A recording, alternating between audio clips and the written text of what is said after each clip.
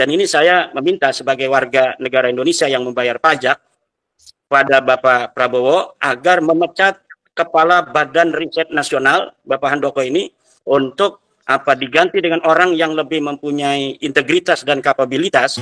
Bagaimana mubahalah itu? Malam hari ini pertama yang akan saya bahas tentang itu, bahwa memang mubahalah itu awalnya itu terkait tentang nasab. Jadi mubahalah yang terjadi pada masa Rasulullah Muhammad SAW adalah tentang nasab, yaitu nasab Sayyidina Isa alaihissalam, di mana selama 500 tahun dunia dibohongi dalam tanda kutip dalam ajaran Islam bahwa Nabi Isa merupakan anaknya Tuhan. Jadi nasab Nabi Isa adalah anak daripada Tuhan. Kemudian setelah 550 tahun kurang lebih, datanglah kebenaran bahwa Nabi Isa bukan anaknya Tuhan. Dia hanyalah seorang hambanya Tuhan, seorang Abdullah, seorang hambanya Allah. Kemudian dari pihak Nasrani Najran ini dari Yaman, ini tidak menerima adanya sebuah qadiyah, sebuah khabar, sebuah mudda'a, sebuah proposisi dari Rasulullah bahwa Nabi Isa adalah hamba Tuhan, bukan anak Tuhan. Kemudian mereka datang untuk mengadakan mujadalah dengan Rasulullah Muhammad SAW. Kemudian Allah memerintahkan kepada Nabi Muhammad untuk melakukan mubahalah. Jadi mubahalah ini harus mempunyai sebuah unsur variabel memerintahkan Tuhan. Karena dalam Al-Quran dikatakan, "Faman hajaka min ba'di ma ja'aka minal ilmi faqul ta'alau nad'u abna'ana wa abna'akum wa nisa'ana wa nisa'akum summa nabtahil naj'al la'natallahi 'alal kadzibin." Nah, jadi unsur pertama variabel daripada mubahalah yang diberitakan oleh Al-Quran adalah ada perintah Allah di sana. Yang kedua tentang nasab, bahwa mubahalah ini tentang nasabnya Nabi Isa yang tidak tersambung ke Allah. Diberitakan oleh Rasulullah bahwa nasabnya Nabi Isa ini tidak tersambung ke Allah. Dia hanya hambanya Allah. Kemudian orang Nasrani Najran ini tidak terima bahwa nasabnya Nabi Isa tidak tersambung ke Allah. Kemudian mereka diajak mubahalah oleh Rasulullah Muhammad SAW. Di dalam hadis-hadis dikatakan, seandainya orang-orang Nasrani Najran ini menerima mubahalah itu, kata Rasulullah dalam sebuah hadis, sesungguhnya aku telah diberitakan bahwa mereka semua akan hancur lebur. Mereka semua akan mati. Ya, begitu kira-kira apa yang diberitakan oleh Rasulullah Muhammad SAW. Dan kemudian memang tidak sampai terjadi mubahalah dari orang-orang Nasrani Najran ketika ditentang oleh Rasulullah Muhammad SAW. Nah, kemudian mubahalah pula di dalam tradisi Islam ini ada yang terjadi atau tantangan dari para sahabat tentang sebuah hukum, misalnya tentang hukum waris dan sebagainya. Ketika terjadi perbedaan pendapat, kemudian para ulama ini sampai mengatakan seperti Ibnu Abbas bahwa saya siap bermubahalah, gitu. Tetapi tidak diberitakan apakah sampai kemudian terjadi. Nah, jadi intinya yang ingin saya katakan tentang mubahalah, bahwa mubahalah ini arti dari secara literal berasal dari al-bahlu. Al-bahlu itu artinya melaknat. Jadi orang bermubahalah dengan menggunakan wazan mufa'alah bina musyarakah, itu kemudian artinya saling melaknat. Karena al-bahlu itu maknanya saling melaknat, maka kemudian mubahalah itu maknanya dengan bina musyarakah saling melaknat. Al-bahlu melaknat, al-mubahalah saling melaknat. Nah, dan itu diberitakan oleh Rasulullah, sekali lagi saya ulangi, bahwa orang yang bermubahalah itu disampaikan kepada Rasulullah, jika mereka itu berani tentang nasabnya Nabi Isa yang terputus kepada Allah ini, kalau mereka berani itu mereka akan terkena azab, mereka akan hancur binasa. Nah, itu yang diberitakan oleh Rasulullah Muhammad SAW. Itu yang pertama. Yang kedua, yang ingin saya katakan sebelum nanti kita dengarkan Dr.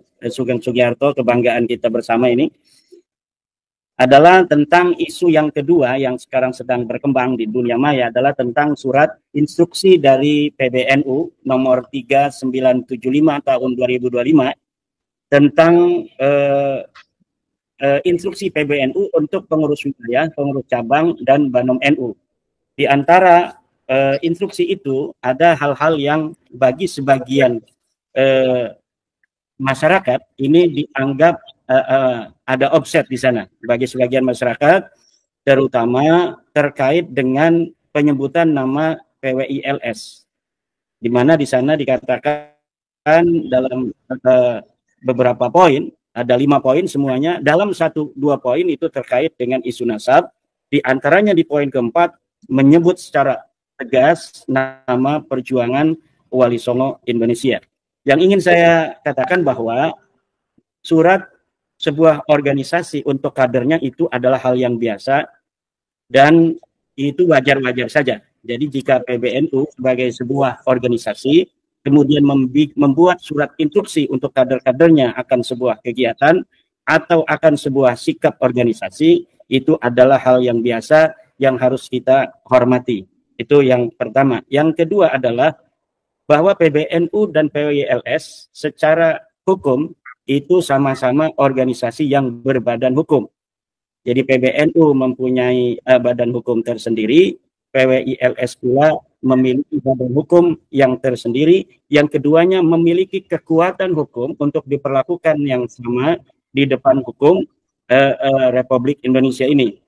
Kemudian keduanya harus sesama organisasi yang berbadan hukum, harus mempunyai apa namanya itu sebuah komitmen untuk saling menghormati dan saling menjaga.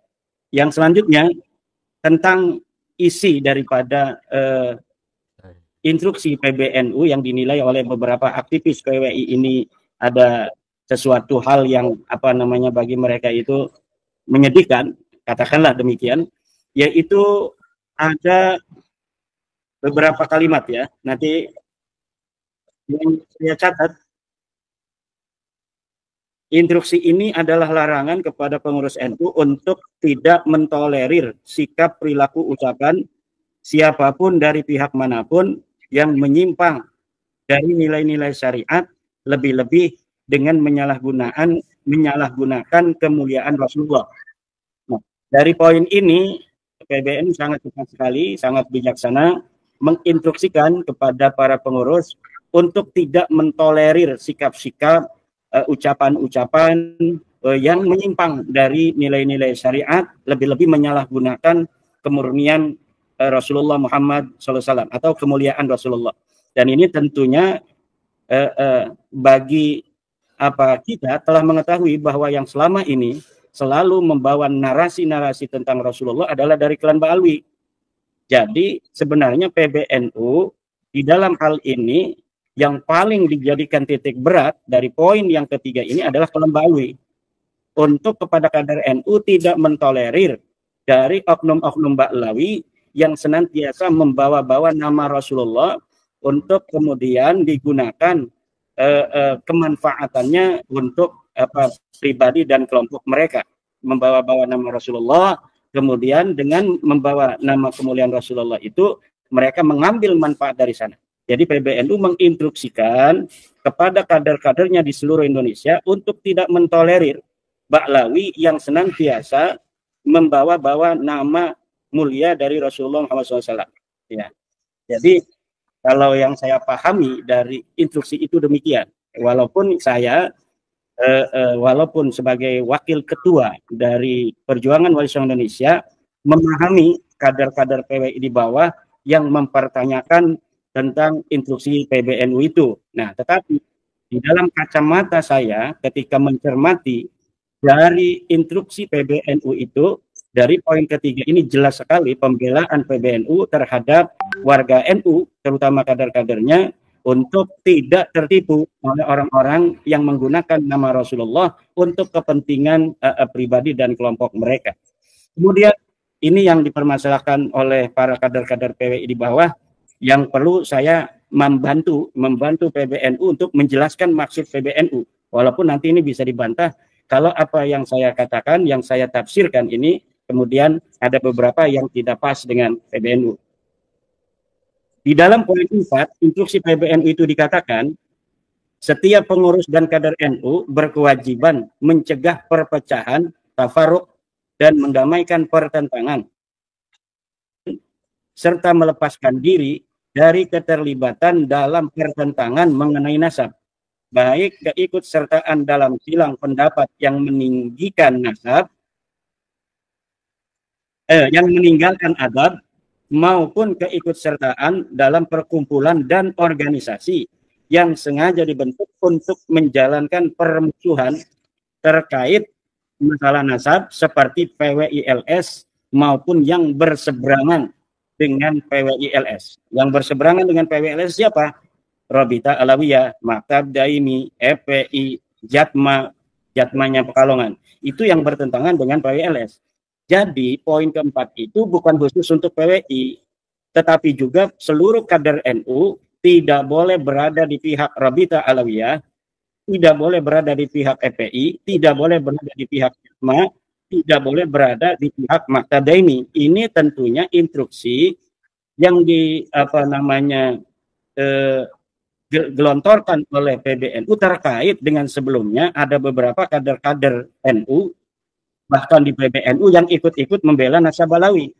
Ada Gus Fahrur, ada Gus Nusron, ada Gus Faiz, ya kan, yang ikut serta di dalam perdebatan nasab ini. Nah, sekarang dengan adanya surat PBNU ini tidak boleh lagi ada kader-kader NU baik di tingkat pusat seperti nama-nama yang telah saya sebutkan maupun di tingkat wilayah dan tingkat kabupaten yang membela Nasabalawi.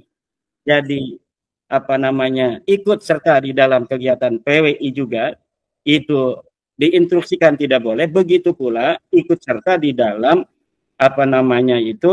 organisasi Rabita Alawiyah, organisasi FPI, organisasi Jatma, Maktab Daimi, atau organisasi-organisasi habaib lainnya. Ini tidak boleh oleh PBNU dari surat instruksi yang pada kemarin tanggal 2 itu dikeluarkan oleh PBNU.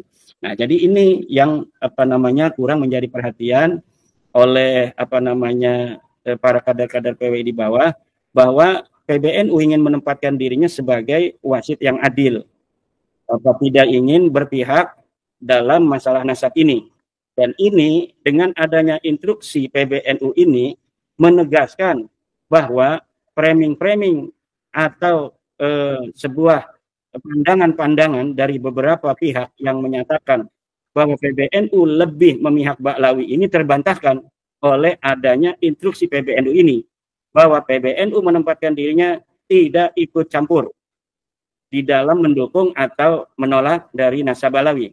Tetapi PBNU mempunyai kepentingan untuk mengislah datil bain itu agar tidak terjadi perpecahan di antara masyarakat.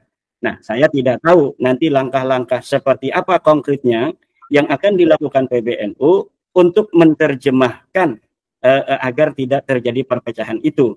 Apakah nanti diinstruksikan atau diminta Ba'lawi untuk tidak lagi mengaku-ngaku sebagai keturunan Nabi di hadapan masyarakat Indonesia?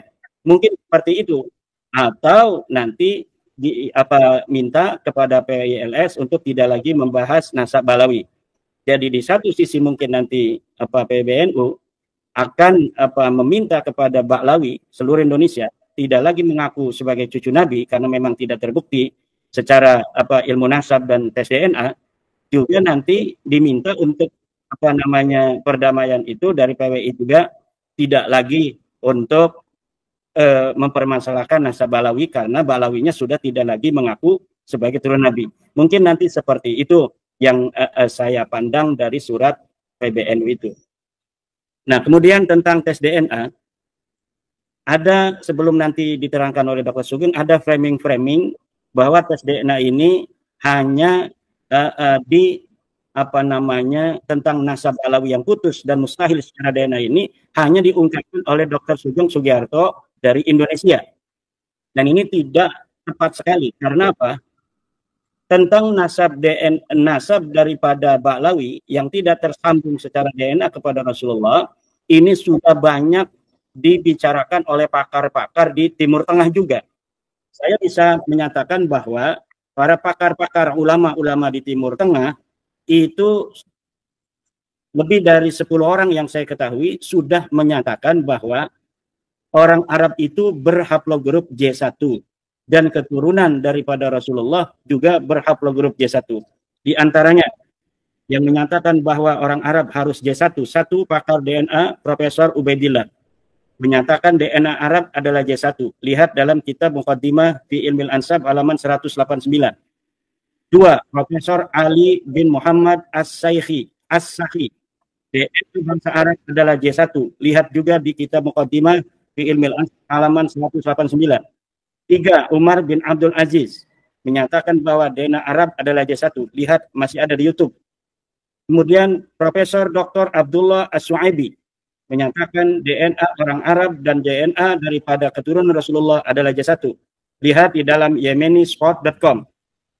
Kemudian Dr. Hadi Amili menyatakan bahwa keturunan Rasulullah Muhammad SAW itu J1. Lihat di web Quraisy dan Bani Hasim Project. Kemudian keenam, Dr. Adil Hasan Al-Hussein. Lihat di Jihad.net menyatakan hal yang sama bahwa haplogrupnya bangsa Arab adalah J1. Kemudian Dr. Adil Asram ada menyatakan bangsa Arab dan keturunan Nabi Muhammad adalah J1. Kemudian Dr. Abdullah Al-Arraji, Adnan Khamjan, Umar Al-Sharif Al-Jammazi, Sayyid Hussein Al-Alawi. Ya, dari nama-nama yang saya terakhir disebutkan ini terdapat dalam family tree DNA.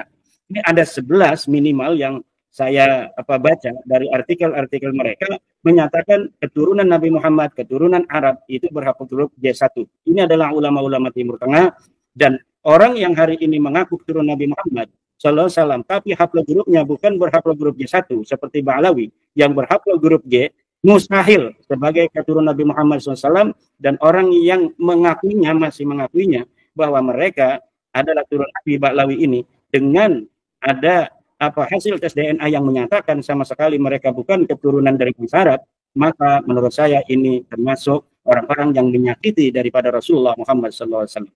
Kiai Mat, di dokumen manapun di online itu nggak ketemu dokumen Muktamar NU Dono Hudan, saya nggak ketemu lagi. Padahal itu progresif banget. Betul, tes DNA itu buat menolak nasab. Menolak nasab sampai 100.000 tahun bisa ditolak, Kiai. Nah itu kenapa dokumennya kemana-mana nggak ada? Apa di take down oleh PB? Kayak disembunyikan kan gitu. Sudah ada bukunya. Jadi walaupun di dalam portal-portal itu tidak ada, itu ada buku-buku yang sudah dicetak tentang hasil-hasil muktamar. Jadi nanti kita bisa untuk merujuk kepada buku-buku yang dicetak itu.